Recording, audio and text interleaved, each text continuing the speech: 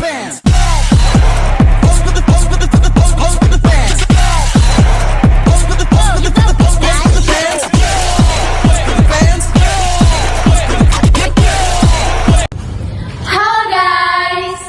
dari kelompok 118, kami akan menjelaskan anatomi dan fisiologi sistem saraf otonom.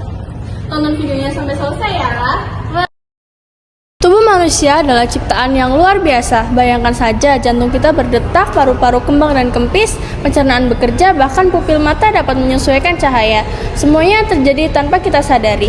Di balik semua itu ada sebuah sistem pengatur yang bekerja otomatis tanpa perlu kita perintah, yaitu sistem saraf otonom.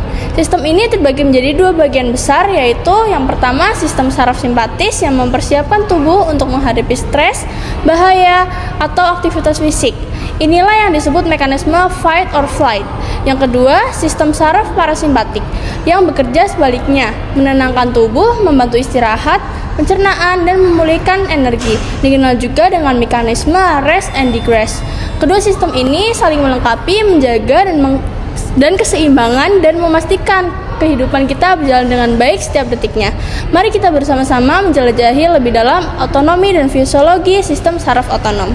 Jadi, sistem saraf otonom atau SSO adalah sebagian dari sistem saraf yang bertanggung jawab untuk mengatur berbagai fungsi tubuh secara otomatis tanpa memerlukan kesadaran atau kontrol sadar. Sistem ini bekerja untuk menjaga homeostasis tubuh, yaitu kondisi stabil dan keseimbangan yang diperlukan agar tubuh dapat berfungsi secara optimal. SSO mengontrol aktivitas organ-organ vital seperti jantung, paru-paru, pembuluh darah, kelenjar, serta sistem pencernaan. Berbeda dengan sistem saraf somatik yang mengatur gerakan tubuh secara sadar, sistem saraf otonom bekerja di balik layar untuk memastikan fungsi tubuh berjalan tanpa berhenti bahkan saat kita tertidur. Sistem saraf otonom atau SSO terdiri dari sistem saraf simpatik dan parasimpatik yang berperan dalam mengatur fungsi tubuh secara otomatis. Aktivasi sistem ini terjadi sebagai respon terhadap berbagai stimulus, baik dari lingkungan eksternal maupun internal tubuh. Sejumlah penelitian menunjukkan bahwa stimulus fisik seperti olahraga atau perubahan suhu, serta stimulus psikologis seperti stres atau tekanan mental dapat memengaruhi kerja SSO. SSO terdiri dari dua cabang utama yang memiliki fungsi yang saling berlawanan tetapi saling melengkapi. Yang pertama, sistem saraf simpatik. Sistem ini berperan dalam respon fight or flight atau lawan atau lari yang diaktifkan saat tubuh menghadapi situasi stres atau darurat. Sistem ini meningkatkan denyut jantung, memperlebar saluran darah, dan meningkatkan aliran darah ke otot-otot besar untuk mempersiapkan tubuh menghadapi ancaman. Yang kedua, sistem saraf parasimpatik berfungsi untuk memulihkan tubuh setelah situasi stres melalui respon rest and digest atau istirahat dan cerna. Sistem ini memperlambat denyut jantung, merangsang pencernaan, dan menghambat energi untuk pemulihan tubuh. Kedua cabang ini bekerja secara dinamis untuk menjaga keseimbangan fisiologis tubuh sesuai dengan kebutuhan dan kondisi lingkungan. Tanpa sistem saraf otonom, tubuh manusia tidak dapat mempertahankan fungsi vital seperti pernafasan, sirkulasi udara, dan pencernaan.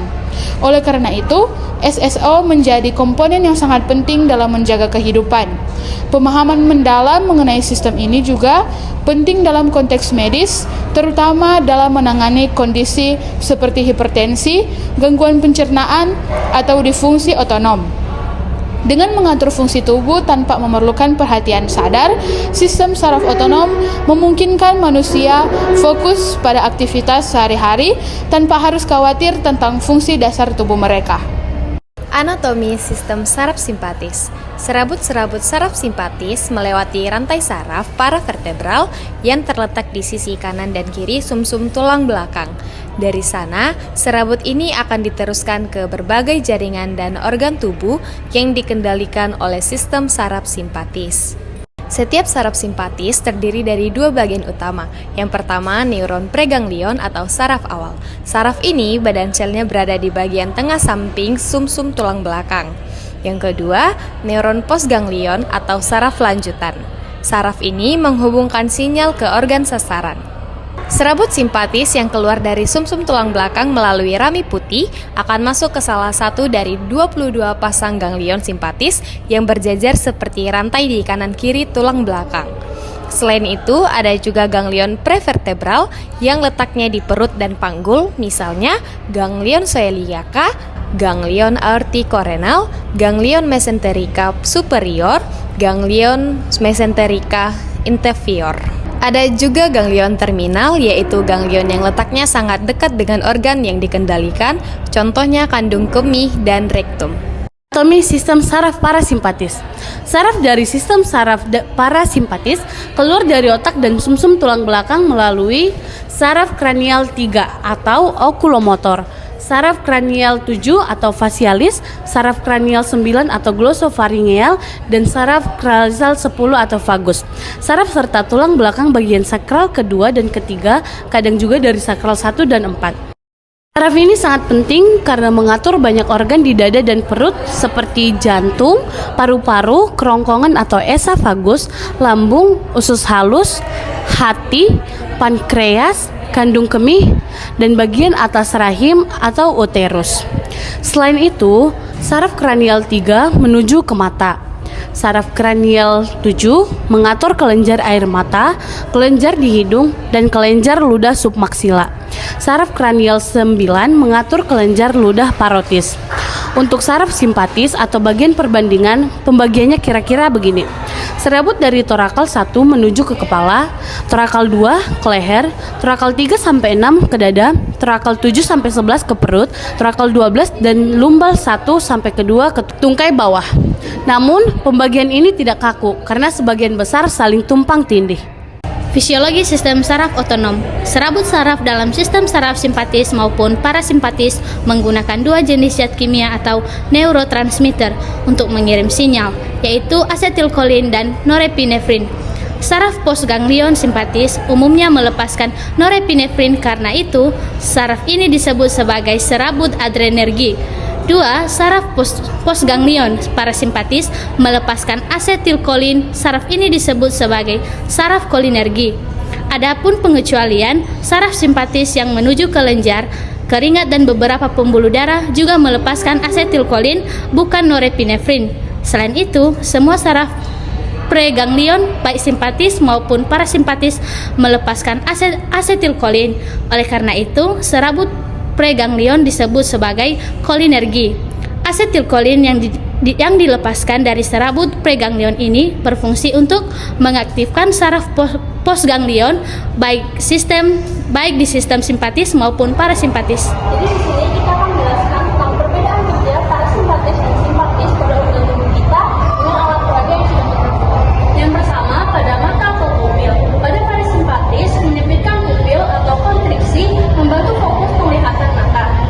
Pada simpatis, melebarkan pupil atau dilatasi meningkatkan penerimaan cahaya untuk penglihatan jauh dari situasi darurat. Pada kelenjar ludah atau saliva, parasimpatis merangsang produksi air liur dan membantu proses pencernaan awal. Pada simpatis, penghambatan saliva, mulut menjadi kering saat stres. Juga pada jantung, parasimpatis menghambat kerja jantung, menurunkan denyut jantung agar tubuh tenang. Pada simpatis, mempercepat denyut jantung, meningkatkan aliran darah dan oksigen ke otak. Selanjutnya ada paru-paru atau bronkus. Di parasimpatis, dia bekerja menyempitkan bronkus, memperlambat laju pernapasan saat istirahat.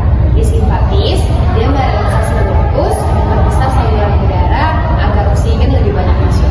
Selanjutnya ada pencernaan atau saluran pencernaan. Di parasimpatis, dia merangsang aktivitas pencernaan, meningkatkan peristaltik usus dan sekresi enzim. Di simpatis, dia bekerja menghambat aktivitas pencernaan, menurunkan pergerakan usus dan produksi enzim. Nah, selanjutnya di hati.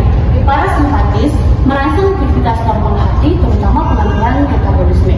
Di simpatis merangsang pelepasan glukosa dari hati, menyediakan energi cepat saat stres. Di kantung empedu, parasimpatis merangsang kontraksi kantung empedu, membantu pelepasan empedu untuk mencerna lemak. Di simpatis tidak banyak pengaruh langsung, tetapi cenderung menghambat. Selanjutnya, ginjal dan kelenjar adrenal. Di parasimpatis hampir tidak berperan langsung. Di simpatis merangsang pelepasan epinefrin atau adrenalin dan norepinefrin dari medula adrenal, meningkatkan respons fight or flight. Yang ke-9 yaitu kantung kemih. Di Simpatis mengontorsikan kandung kemih, merangsang buang air kecil. Simpatis merelaksasikan kandung kemih, menahan buang air kecil saat darurat. Untuk perempuan terdapat rahim.